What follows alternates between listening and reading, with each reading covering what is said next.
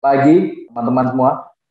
Nah, jadi meeting kali ini adalah lanjutan training, serial training itu dari rangkaian properti ya. Jadi kalau teman-teman kan ada yang bertanya, Pak, gimana caranya main secondary? Nah, jadi kalau teman-teman pengen lengkapnya, itu bisa nanti lihat lagi di YouTube channel saya, Andi Swanda.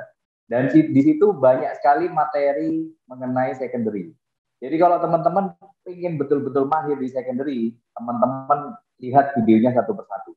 Nah, di meeting kali ini, itu saya akan mengajari teman-teman bagaimana upgrade skill kita dalam hal pemasaran properti agar closingan kita lebih kencang. Nah, jadi teman-teman sudah melisting. Cuma pertanyaannya kok belum juga closing. Nah, di sini teman-teman mungkin bisa temukan jawabannya. Nah, tetapi serial ini juga nanti akan berlanjut ke berikutnya, lebih penajaman lagi kepada pemasaran properti. Oke. Jadi di sini saya memberikan judul strategi pemasaran properti yang dapat mendobel jumlah closingan Anda. Oke, next. Di sini saya memberikan pertanyaan. Apa yang membedakan antara top producer atau champion agent dengan average agent atau agen yang biasa-biasa saja? Memang banyak perbedaan, tetapi nanti saya akan highlight perbedaan-perbedaan kunci yang mendasari antara agent properti yang closingannya luar biasa dengan agent properti yang closingannya biasa-biasa saja. Oke. Jadi saya sedikit menggambarkan sesuai dengan diagram ini. Jadi ada listing, ada pemasaran, ada respon, ada follow up, negosiasi, dan closing.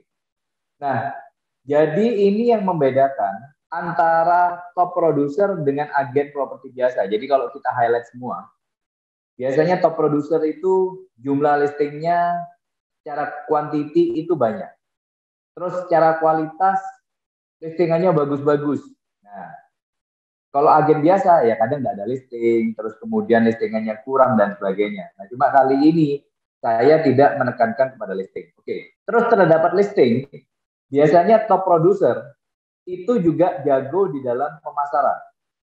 Ya kan? Nah, jadi mereka itu sistem pemasarannya itu bervariasi atau beragam. Jadi tidak cuma pemasaran secara offline, tetapi online-nya juga kuat. Dan betul-betul dominan di dalam hal pemasaran. Jadi kalau memang pakai portalnya itu variasi. Dan sangat agresif. Sangat agresif itu artinya apa? Pada waktu dilihat di pencarian, itu banyak nongolnya. Terus dari sisi responnya itu nggak pernah kehabisan yang namanya respon. Terus setelah dapat banyak respon, follow up-nya juga kenceng, ya kan. Setelah itu skill negosiasinya juga bagus dan akhirnya berujung pada closing. Nah, dalam serial ini saya akan menekankan kepada pemasaran, teknik pemasaran yang akhirnya bisa mendapatkan respon dalam jumlah yang cukup banyak. Oke, next. Nah, jadi quantity respon atau jumlah respon itu penting juga. Tetapi kualitas respon itu juga harus diperhatikan. Jadi kualitas respon itu mempengaruhi pendapatan dan client base yang Anda bangun. Nah, supaya dapat kualitas respon yang bagus, itu tergantung dari listingan yang Anda punya. Semakin bermutu listingan Anda, maka semakin bermutu pula respon yang Anda dapatkan. Jadi contoh, kalau nyari listing itu jangan yang nyempil-nyempil, maksudnya bahasa Jawa nyempil-nyempil, terus kemudian untuk ke sana hanya bisa diakses sepeda motor. Nah, ini kualitas nggak baik, kualitas listing. Dan ini akhirnya mempengaruhi respon yang Anda dapatkan. Oke, next. Nah, saya akan memberikan 3 dasar berpikir dalam pemasaran properti. Nah, 3 dasar ini Anda harus pahami, karena 3 dasar ini yang akan mempengaruhi strategi pemasaran Anda ke depan. Oke, next. Nah, jadi yang pertama, model pemasaran yang pertama itu saya menyebutkan dengan yang namanya model pancing. Nah, jadi kalau Anda ada yang suka mancing, biasanya kan Anda pakai satu alat pancing untuk memancing. Anda nunggu ikan, dan kemudian dalam beberapa waktu tiba-tiba umpan Anda dimakan. Nah, cuma biasanya dengan strategi pancing ya Anda harus sabar, ya kan. Dalam arti mungkin 10 menit Anda dapat satu ikan, mancing lagi kalau memang di kolam itu atau di tempat yang ada pancing itu banyak airnya. Atau mungkin 15 menit, 20 menit dapat lagi ikan. Nah, ini model pancing. Nah, model pancing ini itu agen biasanya tidak banyak memiliki listing, tetapi semua listingannya adalah eksklusif listing. Nah, jadi kebanyakan teknik model pancing ini itu dipakai oleh rekan-rekan kita yang ada di Rewet Australia, Rewet New Zealand. Mereka rata-rata itu pakai yang namanya model pancing. Jadi listingan itu nggak banyak. Mungkin dalam sekali waktu mereka mungkin hanya punya 4 sampai 5 listing aja. Tetapi eksklusif semua. Nah, jadi kapan hari saya juga pernah tahu ada satu kantor di Australia, Rewet Australia, itu 1 bulan itu cuma punya 28 listing. Jadi nggak banyak. Kalau kita kan 1 minggu aja kita pembacaan listing mungkin tiap kantor bisa 50 sampai 70. Tetapi di sana tidak. Di sana satu marketing paling 1 bulan hanya punya 4 eksklusif listing, nggak banyak. Nah, di dalam menjalankan model pancing ini, model pemasaran pancing, itu harus fokus dan konsisten memasarkan listingan sampai akhirnya closing. Jadi gimana sih logika atau cara berpikir dari model pancing ini? Nah, jadi begini, namanya listingan, apalagi kalau listingan itu sudah kita sortir dari awal. Listingan itu sudah kita betul-betul selektif. Berarti listingan itu jalannya harus minimal 2 mobil contoh. Terus kemudian lokasinya juga menarik, bagus. Nah, terus kemudian kita eksklusifkan. Nah, pasti ada pertanyaan, Pak, kalau listingannya sedikit, closingnya gimana? Nah, pada dasarnya listingan itu kalau sudah kriterianya masuk, sellable ya dalam arti. Terus kemudian vendor juga komitmen jual. Dan Anda sebagai pemasar itu juga betul-betul fokus dalam pemasaran dan fokus juga menurunkan harga.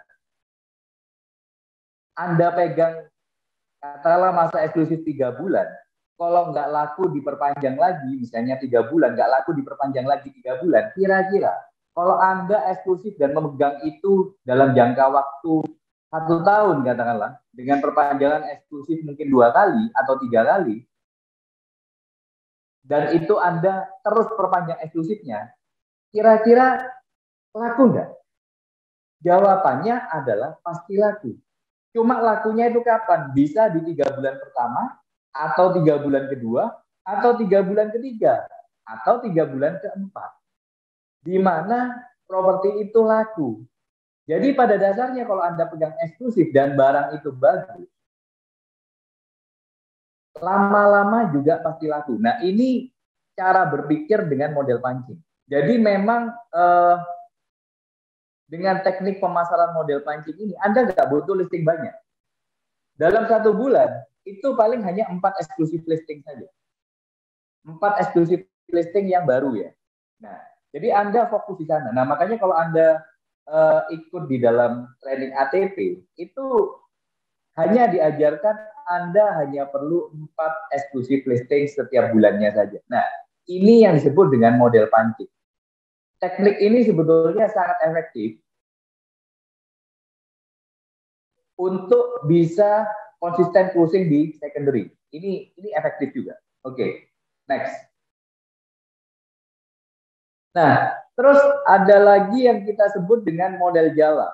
Jadi ini model pemasaran ini itu banyak dipakai oleh agen properti yang ada di Indonesia. Jadi agen mencari dan mendapatkan sebanyak-banyaknya listing, pasang banner sebanyak-banyaknya, pasang portal sebanyak-banyaknya. Nah, efektifkah? Ya efektif, asal iklan Anda banyak, terus kemudian banner Anda kuat, ya tetap efektif. Jadi Anda akan memiliki source respon yang memadai, banyak. Tetapi biasanya dengan model jala, Anda itu cenderung itu tidak fokus kepada listing. Ya, kadang ada mungkin ada yang telepon dan cocok langsung dengan properti yang Anda tawarkan bisa closing. Nah, tetapi model jala ini biasanya itu lebih fokus kepada respon. Nah, biasanya seperti itu. Oke, next. Atau yang ketiga adalah model hybrid. Jadi model hybrid ini adalah perpaduan antara pancing dan jala. Jadi agen mencari banyak listing, terus kemudian dari sekian banyak listing yang dia dapat, dia mencari hot listing untuk dieksklusifkan. Dan fokus memasarkan hot listing. Nah, ini yang disebut dengan model hybrid. Tetap bannernya ada di mana-mana. Tetapi untuk listing tertentu yang sudah kategorinya itu ini pasti laku, dia berusaha mengeksklusifkan. Nah, makanya disebut dengan model hybrid. Nah, jadi pada dasarnya, dasar berpikir kita di dalam pemasaran properti, ini cuma terbagi menjadi 3. Model pancing, model jala, atau model hybrid. Oke, kita akan bahas satu persatu. Next. Nah, oke, jadi saya akan bahas kelebihan dan kekurangan model pancing dan model jala. Oke, next.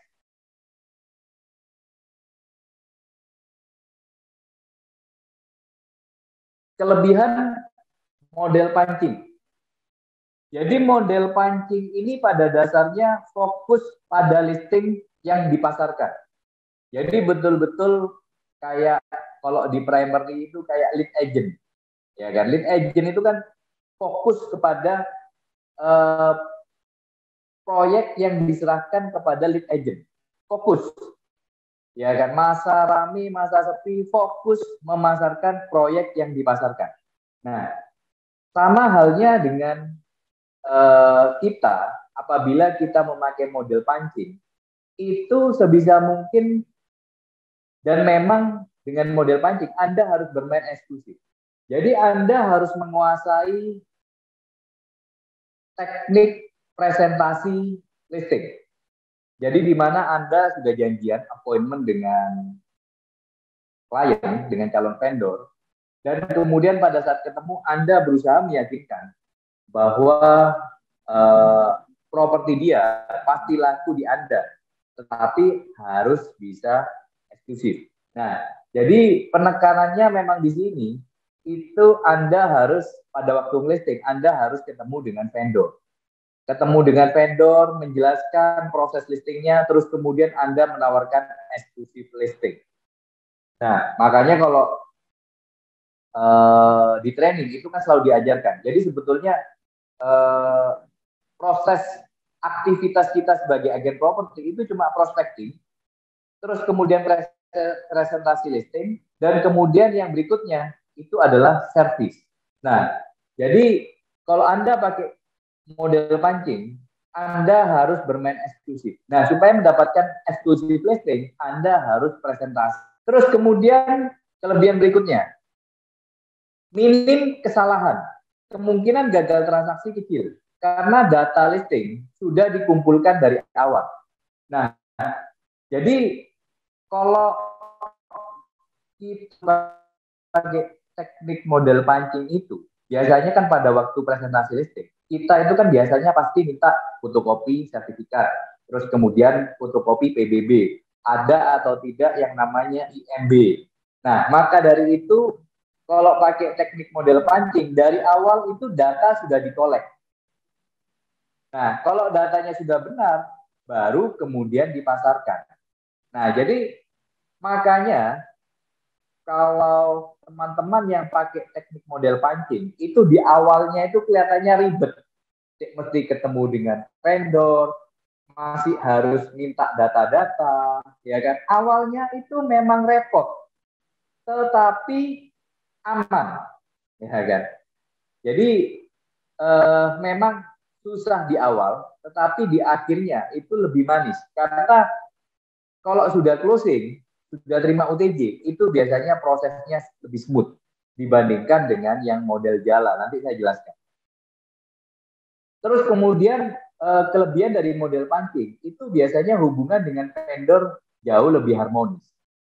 Karena kenapa? Komunikasi Anda itu terbangun dengan baik. Makanya kan kapan hari di training yang sebelumnya, saya kan juga mengajarkan bagaimana menservis vendor supaya dia itu bisa dekat dengan kita, bisa nggak marah dengan kita walaupun propertinya nggak laku-laku. Nah, memang di dalam cara pemasaran model pancing tersebut, komunikasi Anda dengan vendor itu tidak boleh terputus. Anda harus selalu komunikasi mengenai apa saja yang Anda lakukan di dalam pemasaran properti dia. Apakah ada penawaran, apakah tidak ada penawaran, apakah Anda akan melakukan pemasaran offline dan online, itu semua dikomunikasikan secara rutin kepada vendor. Nah, maka dari itu biasanya vendor yang mendapat servis dengan cara pemasaran model pancing biasanya lebih loyal kepada Anda daripada yang model model jalan. Nah, cuma memang di dalam prakteknya tetap aja ada vendor yang memang sudah kita servis, tetap aja kok properti itu gak laku-laku. Karena Anda sudah 3 bulan eksklusif dan tidak laku, akhirnya dia mengopenkan listingan tersebut. Dia membiarkan agent properti lain masuk. Bisa saja terjadi. Nah, maka dari itu, Anda harus selalu tiap bulan itu menambahkan jumlah eksklusif listing Anda. Makanya saya bilang, 4 listing eksklusif setiap bulannya. Bukan artinya 4 ini terus tidak Anda tambah. Tidak, maksudnya 4 eksklusif per bulan. Bulan berikutnya Anda mencari lagi, tetapi hanya 4 listing eksklusif per bulan. Bulan ketiga tetap bekerja 3 bulan di properti, artinya Anda sudah punya 12 eksklusif listing. Jadi kalau misalnya di bulan keempat, ternyata 4 eksklusif di bulan pertama rontok 2, Anda masih punya 10, ya kan, 10 eksklusif listing yang masih Anda pegang. Nah, itu yang saya maksudkan. Ya kan, jadi tetap penambahan listing harus itu dilakukan, tetapi memang fokusnya kepada listing, bukan kepada buyer, bukan kepada banyaknya jumlah listing, tetapi berapa banyak eksklusif listing yang Anda pegang. Nah, terus jika bisa memaintenance eksklusif dan diperpanjang terus, properti tersebut pasti akan laku. Nah, jadi sebetulnya kalau misalnya Anda nih pegang properti, contoh di area strategis ya, contoh pusat kota, Anda pegang di Jalan Kartini, dan Anda bisa mereposisi harga walaupun pelan, tetapi konsisten. Jadi setiap bulan itu harganya turun. Masa Anda perpanjang eksklusif listing 3 bulan itu, perpanjang terus sampai 4 kali, masa masih gak laku? Gak mungkin, itu pasti laku. Nah, maka dari itu, pemahaman di dalam teknik ini, ya kan, sesuatu yang kita fokuskan dan kita pasarkan secara konsisten, itu lama-lama pasti closing. Cuma yang membedakan, oh properti yang ini dipasarkan hanya dalam waktu 3 bulan laku. Oh, yang ini 6 bulan laku, yang ini 9 bulan laku, yang ini 1 tahun laku. Tapi pada akhirnya laku juga. Nah, itu dia. Jadi Anda kalau pakai dengan model ini, itu Anda harus betul-betul bermain exclusive listing. Karena dengan exclusive listing, itu semua closingan itu pasti kena dengan Anda. Nah, contoh salah satu kapan hari saya pernah membahas mengenai exclusive listing. Pengalaman dari Pak Hamim ya, dari Rewet Dipo, dia itu memegang sebuah listing yang dulunya open, agen-agen lain juga pegang. Nah, terus kemudian ada agen properti dari agen lain, tiba-tiba tanya tuh sama si agen lain yang kebetulan juga punya pegang listingannya Pak Hamim. Nah, pada waktu si agen tersebut cross check dengan vendor, ternyata vendor bilang begini, oh properti saya sudah dieksklusifkan oleh Pak Hamim Rewet Dipo. Dan akhirnya agen yang punya buyer tersebut mau tidak mau harus menghubungi Pak Hamim karena listing itu adalah eksklusif listing. Dan singkat cerita, akhirnya listingan itu laku dijualkan oleh Pak Hamim. Nah, ini pentingnya teman-teman bisa mendapatkan yang namanya eksklusif. Cuma model pancing ini itu juga banyak kekurangannya, ya kan? Jadi kalau di Indonesia itu banyak kekurangannya juga. Salah satunya apa? Opsi kalau misalnya Anda mendapatkan respon, opsi listing itu menjadi kurang karena tidak banyak listing yang Anda pegang. Jadi mau tidak mau Anda harus mencari dagangan listing lain itu di agent lain. Nah, jadi misalnya nih ada orang respon eksklusif listing saya, terus kemudian nggak cocok, dia nggak mau. Sudah saya kasih opsi, tetap tidak mau. Nah, jadi harus mencarikan opsi. Kalau Anda nggak punya opsi tersebut, Anda mesti belanja di agent lain.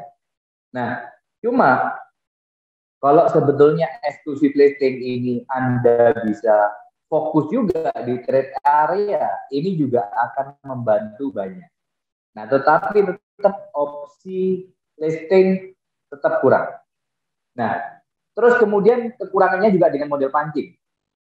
Kadang itu Anda sering diganggu oleh agen properti lain jika tidak bisa membina hubungan yang baik dengan vendor. Jadi Anda memasarkan 3 bulan nih, terus belum laku-laku juga. Ada agen properti mau masuk, mungkin aja bisa bilang, Pak, propertinya sudah dipegang agen properti dari Rewet, nggak laku-laku, Pak. Kita mau bawa buyer, nggak bisa, Pak. Nah, jadi akan timbul omongan-omongan seperti gini. Dan akhirnya membuat apa? Vendor mulai goyah. Oh iya ya, saya perpanjang lagi enggak ya sama si agent ini. Nah, ini memang challenge dari agent properti yang memakai model pemasaran pancing ini. Jadi Anda betul-betul harus punya good relation. Good relation itu artinya bagaimana? Jadi tidak hanya mengenai hubungan bisnis saja. Hubungan bisnis artinya saya punya properti, you jual, laku, you saya kasih komisi. Nah, ini hanya hubungan bisnis.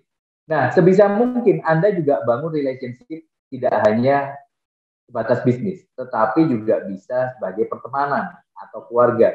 Bisa aja nih misalnya si vendor ulang tahun, mungkin Anda datang ke rumahnya atau apa, Anda memberikan sedikit oleh-oleh dan sebagainya. Nah, dengan Anda melakukan itu, maka orang Indonesia pada dasarnya itu onok sungkani. Jadi kalau sudah Anda membangun hubungan yang begitu baik dengan vendor, maka vendor itu tidak akan dengan mudah itu digoda oleh agen properti yang lain. Nah, bagaimana dengan model jala atau pemasaran model jala? Model jala ini itu biasanya agen itu sangat agresif dalam melisting. Nah, jadi agen ini setiap hari itu melisting dan pasang spanduk. Dan dalam waktu 3 bulan saja, tiba-tiba bannernya itu ada di mana-mana, ya kan? bannernya ada di mana-mana dan orang mulai memperhatikan karena cepat pertumbuhannya. Nah, kapan hari juga pernah ada agen properti juga yang bergabung dengan kita, seorang ibu-ibu, ya kan? Itu baru gabung dalam 1-2 minggu itu listingannya dia bisa menaikkan 15 banner. Jadi bannernya cukup banyak dan itu gampang sekali langsung itu namanya cepat terkenal. Karena kenapa? Dalam sekejap itu bannernya banyak sekali. Nah, jadi model jala. Jadi jala itu kan begini. Jadi Anda itu sekali nebar, Anda nunggu. Oke, sama-sama kayak model pancing nunggu. Tetapi sekali Anda ngangkat, maka ikan yang Anda dapat itu bisa banyak. Ya kan? Nah, cuma kan bedanya sama model pancing. Kalau model pancing kan Anda mau nangkap ikan apa? Misalnya, oh ikan kakap, Anda apa itu? Umpannya kan bisa ini ya, disesuaikan. Ikan kakap makan apa? Nah, umpannya bisa disesuaikan. Tetapi tidak dengan model jala. Model jala sekali serok, mungkin Anda dapat ikan kecil, ikan besar, dapat cumi-cumi, semuanya dapat. Nah, ini model jala. Nah, jadi kalau Anda memakai model jala, memang beda dengan yang model pancing. Kalau model pancing memang kita habis prospecting, Pak, boleh saya pasarkan? Boleh. Nah, biasanya model pancing selalu minta yang namanya presentasi listing. Nah, tetapi kebanyakan orang atau agen properti yang pakai model jala, biasanya cuma agen Pak, boleh pasarkan? Boleh. Boleh pasang spanduk? Boleh. Nah, itu sudah masuk. Makanya di model pancing ini, di model jala ini, itu biasanya ya vendor juga nggak pernah ketemu dengan Anda, hanya tahu Anda di telepon, nanti mungkin ketemunya pada saat negosiasi atau transaksi. Biasanya seperti gitu. Nah, terus kemudian kelebihan dari model jala ini, biasanya opsi barang itu banyak. Ya kan? Karena dia setiap hari mungkin kapasitasnya bisa listing minimal 10 listing. Bayangkan, misalnya kerja 1 bulan itu 20 hari, 1 hari bisa dapat 10 listing, dan 1 hari bisa naikkan 2 spanduk, Anda hitung aja. Jadi 10 kali 20, berarti 1 bulan bisa punya 200 listing. Spanduk 1 hari bisa naik 2, dalam apa itu 1 bulan kali 20 bisa 40 spanduk. Ya kan, bagaimana dengan 1 tahun kerja? Berarti 40 spanduk kali 12. Berarti kurang lebih sekitar punya 48 48 480 spanduk. Jadi banyak sekali. Jadi di mana-mana ketemu dengan orang ini. Nah, opsi barang jadi banyak. Nah, ini salah satu kelebihan dari model jala. Respon pasti banyak banget dah kalau agent properti yang pakai model jala ini. Oke, next. Nah, cuma model jala ini punya kekurangan. Salah satu kekurangan, ya hubungan dengan vendor nggak semuanya baik.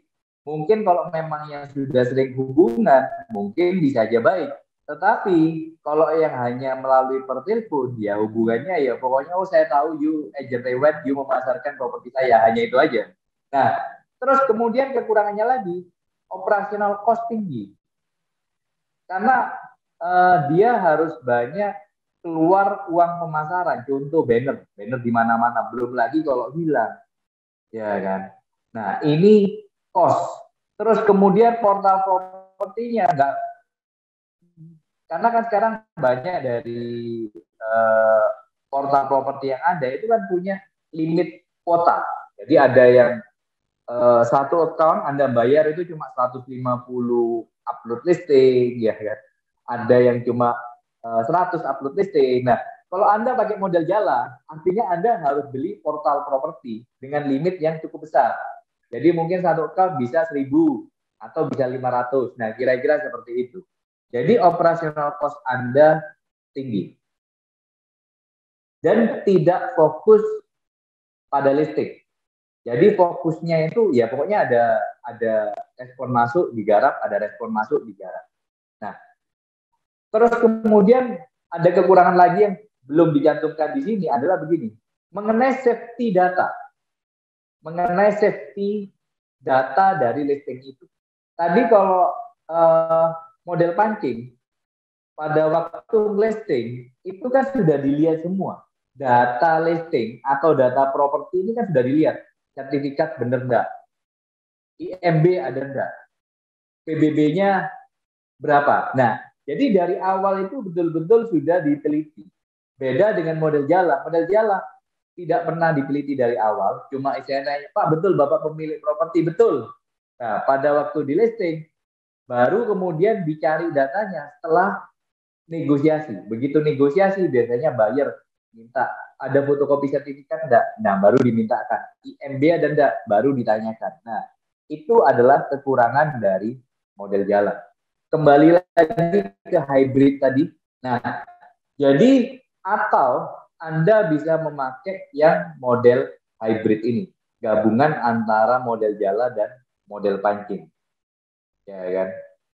Nah, itu disebut dengan model hybrid. Jadi, nah kalau sudah Anda bermain dengan model hybrid atau model jala, artinya juga Anda butuh teamwork, nggak bisa kerja sendiri.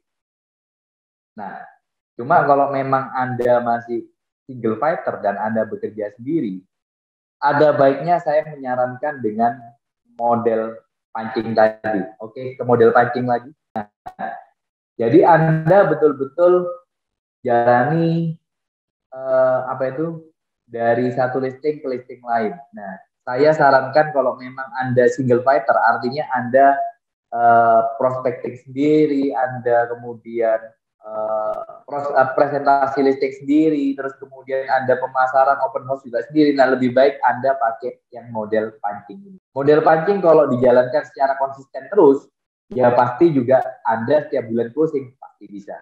Oke, jadi ini nanti akan berseri lagi. Jadi ke depan saya akan menjelaskan bagaimana sih cara dengan model pancing dengan lebih maksimal.